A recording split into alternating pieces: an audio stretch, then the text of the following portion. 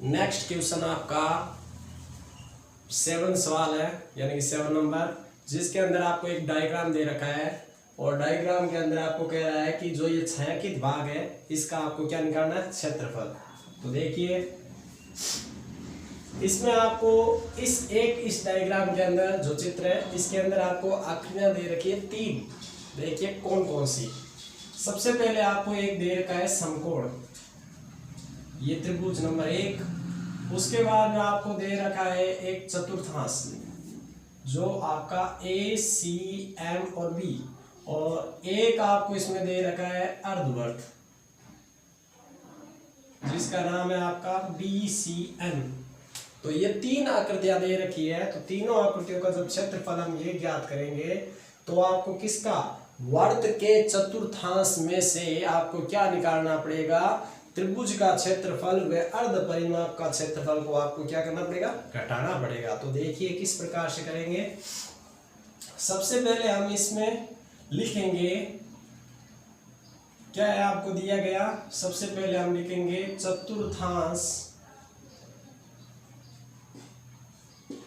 चतुर्थांश कौन सा, ए सी एम बी का क्या निकालेंगे हम, क्षेत्रफल निकालेंगे। और वर्ग का पहला चतुर्थांश, यानी कि जिसमें वर्ग में 4 चतुर्थांश होते हैं, तो पहले वर्ग का चतुर्थांश का क्षेत्रफल होता है आपका 1/4 पाई आर स्क्वायर। देखिए वृत्त का क्षेत्रफल जैसे आपको सभी को ज्ञात है कि पाई आर स्क्वायर होता है, और हमने उसके कितने टुकड़े किए, 4 भागों में विभाजित किया, तो इसमें 4 का क्या लग गया, भाग लग गया। तो देखिए साथ में आपको इसमें क्या दे रखा है, त्रिज्या का मान दे रखा है 14 सेमी। तो ये देख लीजिए, अब इसको हल कीजिए, 1/4 इंटू पाई का मान 22/7 गुणा आर का मान आपका हो गया 14 गुणा 14। हल कर लीजिए, 7 के बड़े से 14 को काटा 2 बार, और 2 से इस 4 को काट दिया 2 बार, 2 से 22 को काट दिया 11। यहाँ हो गए 11 गुणा 14। 11 को 14 से गुणा करेंगे, 14 था 140 और फिर 14 हो गए, यानी कि 154 सेमी स्क्वायर। जब भी क्षेत्रफल ज्ञात होता है तो आपको सेमी में दिया है तो सेमी स्क्वायर लिख सकते हो, या फिर आप वर्ग सेमी, या फिर आप मीटर में दिया हुआ है तो वर्ग मीटर या फिर मीटर स्क्वायर में लिखना है। उसके पश्चात आपका जब ये आपको ज्ञात हुआ है तो आपको निकालना है कौन सा, त्रिभुज। तो आप लिखोगे त्रिभुज ए बी सी का क्षेत्रफल। और आपको पता है त्रिभुज ए बी सी का क्षेत्रफल में जब आपको आधार और ऊंचाई दिया हुआ है तो इसका फॉर्मूला होता है 1/2 गुणा आधार इंटू ऊंचाई। देखिए ये इस त्रिभुज है, इस त्रिभुज का आधार है सी है और इसका ऊंचाई आपकी ए बी है, तो आप लिखोगे 1/2 गुणा आधार हो गया आपका ए सी और ऊंचाई आपकी हो गई A B.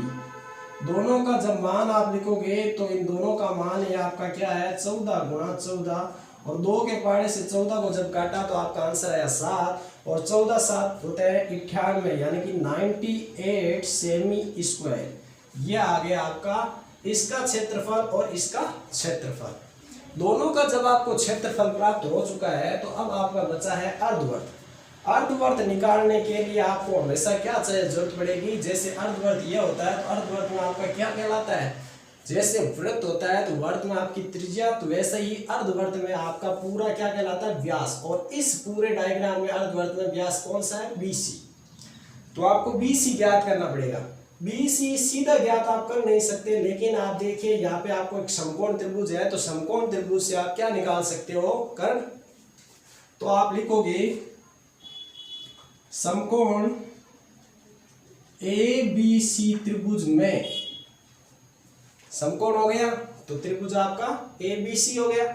A B C में आपको निकालना क्या है, कर्ण निकालना है। तो कर्ण जब भी ज्ञात करना होता है तो आपका आधार का स्क्वायर प्लस लंब का स्क्वायर होता है। तो आप लिखोगे ज्ञात करना है वो चीज, सर्वप्रथम बी सी स्क्वायर बराबर क्या हो जाएगा आपका, ए सी का स्क्वायर प्लस आपका हो जाएगा ए बी का स्क्वायर, यानी कि आपका आधार का स्क्वायर और लंब का स्क्वायर किसके बराबर होता है, कर्ण के पाइथागोरस प्रमेय से है, यानी पाइथागोरियन भी बोलते हैं इसको। तो BC बराबर ये हो गया 14 का स्क्वायर प्लस यहाँ पर भी हो गया 14 का स्क्वायर।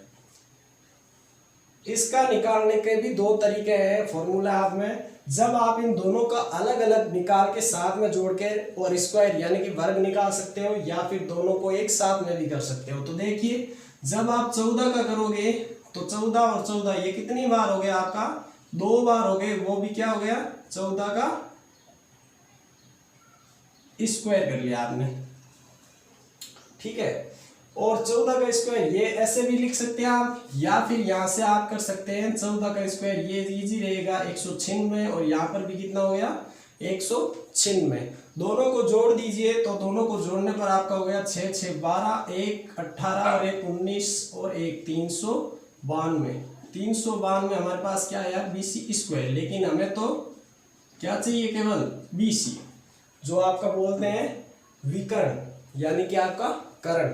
तो BC का जब भी निकालेंगे तो वर्ग का पक्षांतरण किया 392, और 392 का जब हम वर्गमूल ज्ञात करेंगे तो आपका आता है 14√2।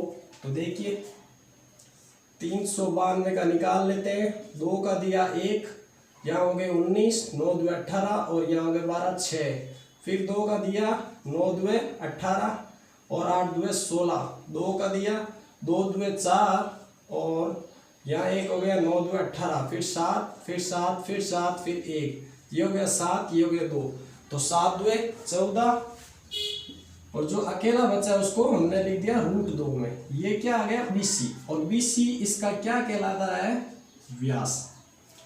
ये देखिए BC इसमें क्या है, BC आपका है व्यास। तो अर्धवर्त की क्या निकालेंगे त्रिज्या, और त्रिज्या कैसे निकलता है व्यास कौन सा है BC में हम क्या करेंगे 2 का भाग यानी कि आधा करते हैं व्यास का।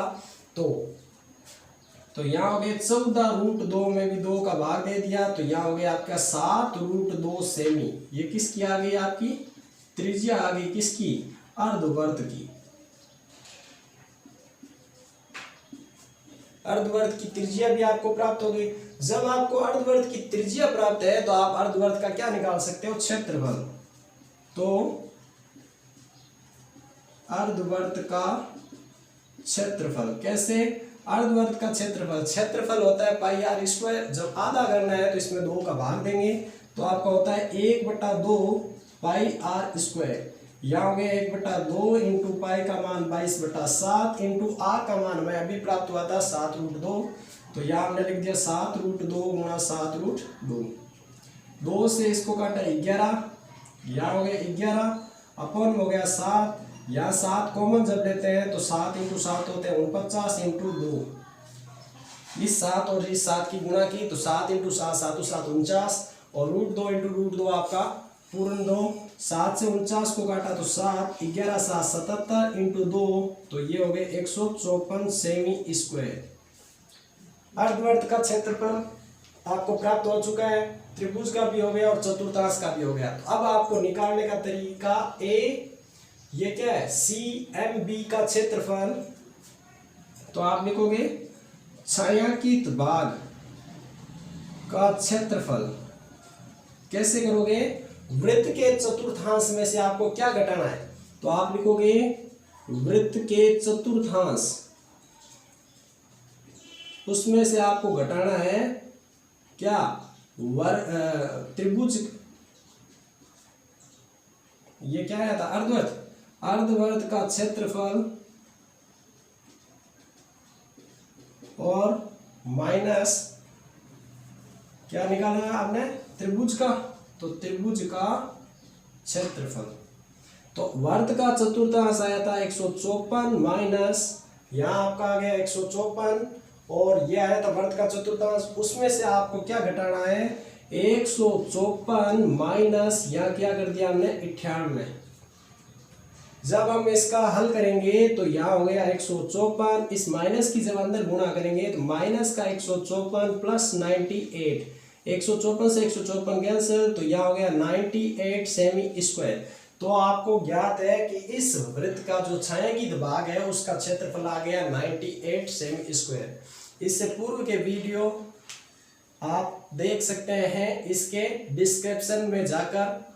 धन्यवाद।